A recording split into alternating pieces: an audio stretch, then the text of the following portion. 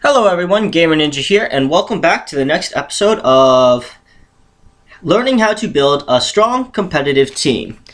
In the previous video, we spoke about how it was important to play to one's strengths and to their win condition, and touch lightly on the various types of teams out there. Balance, bulky offense, stall, and hyper offense.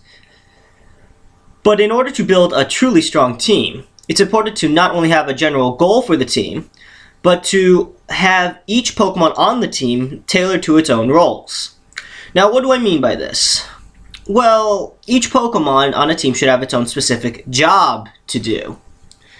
These can range from just dealing damage, setting hazards, stopping specific threats, healing the team, etc. But wait, if I know my team's style, then why do I need to know all these roles and have these roles in mind while team building? Well, think of it like this. Your ultimate goal is to win and to have fun. That's what we are aiming for. It is our long-term goal. Our team type, like we discussed earlier, is a very general statement of what we are going to do to win. We are going to be stupid aggressive or play a very flexible style, or just sit there and watch the opponent die of passive damage or boredom. Our Pokemon roles are the actual steps that we are going to take to play to our team style and to ultimately gain victory. Now, I want to go on record that there are a ton of different roles or jobs a Pokemon can fill, and many Pokemon occupy more than one job. You do not need all roles covered. Take into account your own play style and build style. For instance, I generally build my teams to be fairly resistant to entry hazards, and try to make as few switches as I feel comfortable doing. Therefore, I normally do not run a spinner or a defogger, since my team and play style isn't harmed as much by entry hazards. At the end of the day, though, it is your team. Pick the jobs you feel are the most important to assure victory, and the one that you are the most comfortable using. Now, when you assign Pokemon roles or build Pokemon movesets, try not to overstress one Pokemon. Bear in mind that if that one Pokemon falls and you have it doing 5 different jobs, it hurts way more than losing one Pokemon that's only doing 2 jobs. In other words, the more your Pokemon does for your team, the more it hurts when it is finally gone. Now we're going on to the actual roles. Sit down, get a drink, and grab some popcorn or whatever, because we have quite a few of them. Starting off, we have the lead, which is appropriate for this situation. This role, as the name implies, opens up the start of the battle. Granted, with the advent of Team Preview and 5th Gen, this role has lost a fair amount of importance, but a properly used lead Pokemon can single-handedly set the entire tone for the game. These leads are usually characterized by having high speed, some sort of entry hazard, and usually has a decent amount of type coverage at the very beginning. Pokemon like Infernape, Terrakion, or Genesect would all make fine leads. One sort of oddball lead would be Deoxys Defense, which doesn't have a plethora of offense but is instead so tanky that it will usually get its hazards up, has reliable damage through things like Toxic and Nightshade and Seismic Toss. There is also another type of lead, which is a variant known as Suicide Lead. These are the same as normal leads in many ways. They both have high speed and sizable offensive pressure, but it is mandatory to have a hazard move or 2, I can talk, when you are using this Pokemon. The biggest difference between a lead and a suicide lead is that a lead may be kept later on for its type coverage and offensive pressure. A suicide lead just commits suicide. It will die setting up those hazards or doing damage if it's already got all its hazards set up somehow. This type of lead is usually found almost exclusively on hyper offense teams, who are often referred to as going into a game 5v6 with hazards. Some common suicide leads would be Deoxys Speed form, Azelf, and Aerodactyl. They're all very fast, they all have a sizable amount of offensive pressure, and they all are, generally speaking, just there to die after they get their hazards up. Now, for the next role, I guess we should talk about sweepers. Sweepers are the janitors of your team. They clean up the remains of your opponent's team. They come in two types, physical and special. These Pokemon are usually defined by having a massive offensive stat in either one side of the spectrum or the other, and having high speed, or a way to compensate for that for having lower speed. In addition to the physical and special divide of sweepers, we also have two other types of sweepers, the setup sweeper and the choice sweeper. Setup sweepers have moves that boost up their offensive stats and usually try to come in on something that can't really harm them, or they can threaten out without needing to set up. Moves like Nasty Plot and Swords Dance, and sometimes even Agility, are usually what most setup sweepers try to use. Choice sweepers are a bit different. They have a choice item, which limits them to only using one move unless they switch out and come back in. They do have some advantages, though. They don't need to set up a turn, which means they can just immediately go for a sweep, and they'll have way higher offensive pressure right from the start. In the end, whoops. Sorry, guys. Something just popped up. In the end, both work fine. It's simply a matter of preference. Some common setup sweeper are Pokemon like Lucario, Mega Gyarados, Mega Gallade. It's important to note that while most sweepers do require a setup move or choice items, some Pokemon have just so much offensive pressure that it doesn't even need the turn to set up. Admittedly, this wasn't too common until the introduction of Mega Evolution in 6th Gen. Some Pokemon like Mega Lopunny, Mega Charizard Y, and Mega Alakazam do not require a move to set up just because they have so much offensive pressure right from the get-go that they just don't need it. They can just start swinging the moment they hit the field. These are generally the Pokemon that people will try to focus on, so to speak. These are your primary win condition in most teams. Stall is the exception because they normally don't have too much offensive power. I guess we should, speaking of stall, I guess we should now talk about the natural enemy of sweepers, walls. Walls are defined by just having huge defenses and having some method of recovery, beyond leftovers. They, generally speaking, do not rely on direct damage, and instead rely on things like poison or burn to wear down the opponent gradually. They also usually have utility moves like Whirlwind, Heal Bell, or Wish. Like sweepers, they both come in physical and special variants. And also like sweepers, walls also force out switches from the opponent, by making it next to impossible for the opponent to get any lasting damage otherwise. Two walls that everyone should know would be the Skarmory and Blissey Core. Skarmory is a great physically defensive Pokemon with a great supportive moveset and reliable recovery from Roost, while Blissey covers the other end of the spectrum, being a special defense wall. Neither Pokemon really has too much offense to speak of, but they can still single-handedly win a game if used properly. Some other common walls include Gliscor, Mega Sableye, Chansey, Ferrothorn, and Jellicent. After walls, we should probably talk about tanks. Tanks are sort of the love child of both sweeper and walls. They have more defenses than sweepers, but are usually slower than them. At the same time, they are faster than most walls, and usually have offense beyond Toxic or Burns. I personally feel that it is a difference in application when it comes to distinguishing between a wall and a tank. Whereas a wall is there to soak up damage, a tank, while it's capable of taking hits, is still an offensive Pokemon, designed to threaten out things due to their offensive pressure, not to their defensive pressure. These Pokemon also have setup moves like Bulk Up or Calm Mind. Some common tanks include Slowbro, Rotom W, and Assault Vest Conkeldurr. So, if walls, in theory, are able to beat Sweeper, then what can beat walls? Well, there are a couple of different ways to beat walls, generally speaking, of course.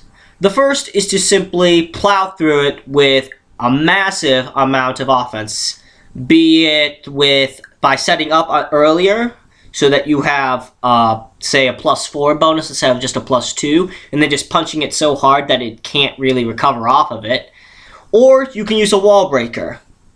Wall breakers are Pokemon that just hit hard from both the physical and the special end of the spectrums. This means that no wall is safe from being hit. However, a wall breaker's offense is split in two, which means it won't hit as hard as many sweepers. Some common wall breakers include Keldeo with Secret Sword, Aegislash, Salamence, and Psyshock Latios. All of these Pokemon have the ability to hit hard from both the physical and special end of the spectrum, and have a move pool and stats to feasibly do it. The other way to beat walls is a bit trickier, so let's start talking about some of the secondary roles in Pokemon. These roles, you generally speaking, don't pick a Pokemon just to use it in this way, and are more based around movesets rather than stats. We'll start off with Taunters. Taunt is a powerful move that prevents a Pokemon from using non-damaging moves. For walls, this is a death sentence, because they usually only have one offensive move. While they are taunted, their options are limited, and more importantly, they can't use their healing or support moves. Taunt also has its use against offensive teams, preventing Pokemon from getting their entry hazards up, and preventing Shadow Sweepers from getting their boosts.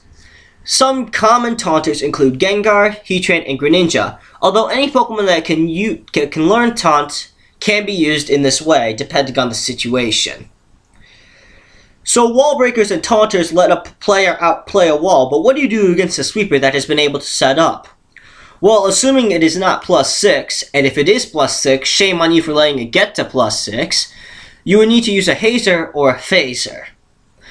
Hazers are simply Pokemon with Haze. Haze is a simple move, but a powerful one, that removes all stat changes to a Pokemon.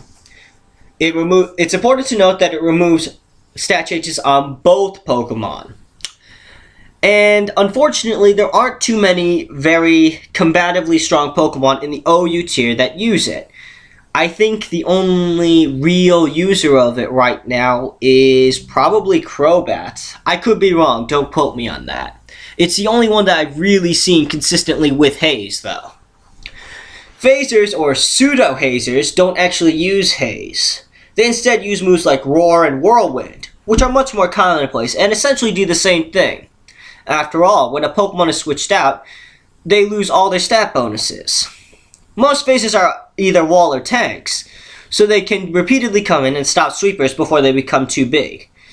Just be aware that Roar and Whirlwind will always go last, unless you're using something like Prankster, Copycat, Riolu. As such, you can be taunted before you can even Whirlwind or Roar. Also, the move Ingrain does stop you from forcing them out. This includes Pokemon that received Ingrain from Baton Pass. While it doesn't happen too often, it is still good to know. Some common phasers include Skarmory with Whirlwind, Heatran with Roar, and Hippowdon also with Whirlwind or Roar depending. I guess I should now start talking about hazard setters. Hazard setters are similar to leads in the way that their primary objective is to change the battlefield in your favor. However, hazard setters are different from leads in the way that they are not the opening move. You usually use hazard setters closer to the mid-game set, when Pokemon are starting to fall off or you've killed the opponent's hazard clearer. These hazard setters are usually fairly bulky and have the ability to take hits, which is an important thing, because if your hazards are blown away or knocked away, then your hazard setter needs to be able to come back in and reset the board for you. On the topic of hazards, I suppose I should mention that it is almost imperative to have Stealth Rocks on at least one Pokemon. It's just too strong of a move not to use, both for offensive teams and defensive teams. On defensive teams, you're usually forcing so many switches that the chip damage from Stealth Rocks will add up. And for offensive teams, the Stealth Rocks damage can make the difference between a 1-hit KO and a 2-hit KO, which can in turn mean that you are either sweeping their entire team or you're about to get swept. Other hazards, however, are not nearly as vital, although they are quite handy. Some common hazard setters include Tentacruel, Ferrothorn, Forretress, Skarmory, and Deoxys defensive form. Continuing on, we also have Spinners. Spinners and hazard clears in general are incredibly important to be able to at least identify on the enemy team. Spinners are Pokemon that have the move Rapid Spin, and while Rapid Spin is an incredibly weak move, it blows away Spikes and Stealth Rocks, making it incredibly important to teams that have Pokemon that are weak to Stealth Rocks, or teams that are heavily affected by Spikes. Common Spinners include Forretress, Donphan, Excadrill, and Starmie. It's important to note that in order for Rapid Spin to clear hazards, Rapid Spin actually needs to be able to hit the enemy. As such, Spin Blockers are Pokemon that come in after the hazards are all set, and they are immune to Rapid Spin. Since these are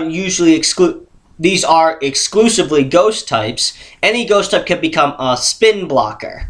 And these Ghost types usually have a fair amount of threat on their own anyway.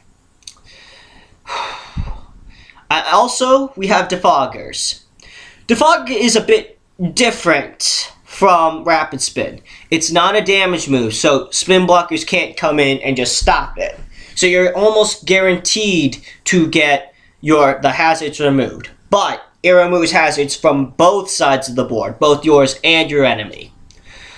It's also important to note that it does drop evasion by 50%, I believe. And this is both important for you, but it also is important to note that there are Pokemon that can take advantage of this, like Bisharp, who could come in, get their Defiance boost, and then proceed to wreck everybody with a +2 attack. Some common Defoggers include Talonflame, Skarmory, and Latias or Latios. Again, whichever one you choose, both are fine. And you don't necessarily need a Defogger or a Rapid Spinner. Again, pick what Pokemon roles that you feel are the most important. And now we have Clerics. Clerics are very bulky Pokemon that hold moves like Wish, Heal Bell, and Aromatherapy. Their job really isn't to provide much offensive pressure, but instead to provide healing and status clears for the Pokemon that lack it. These Pokemon are generally bulky themselves, so they can take advantage of the heals that Wish provides. And they sometimes have their own offensive pressure, if only a little. Some common Clerics include Clefable, Chansey, Celebi, and Sylveon. Again, I'm beating a dead horse here, but I want to emphasize that these roles are not the Pokemon's main focus. They should be considered if you truly wish to improve your success rate. At the very least, you should be able to tell what each Pokemon on the opponent's team is going to do based on their team composition and determine which Pokemon are their sweepers, which Pokemon are their tanks, which Pokemon are their walls, and which one is their Defoggers or Spinners. This is incredibly important, and I can't emphasize this enough. If you can figure out what your opponent's team is trying to do, and more importantly, determine what each enemy Pokemon is trying to do, then you could systematically outplay them at every turn, in theory. Well, I guess that just about does it for this video. Keep these rules in mind and be aware of what your opponent intends to do, and you will see your win rate rise up. For the next video, I will probably be talking about stall teams, how to play them, a build, and what issues stalls face, and how to beat them, because I know that that's a test of patience. Anyway, I'm the Gamer Ninja, and I will see you in the next video. Bye, everyone!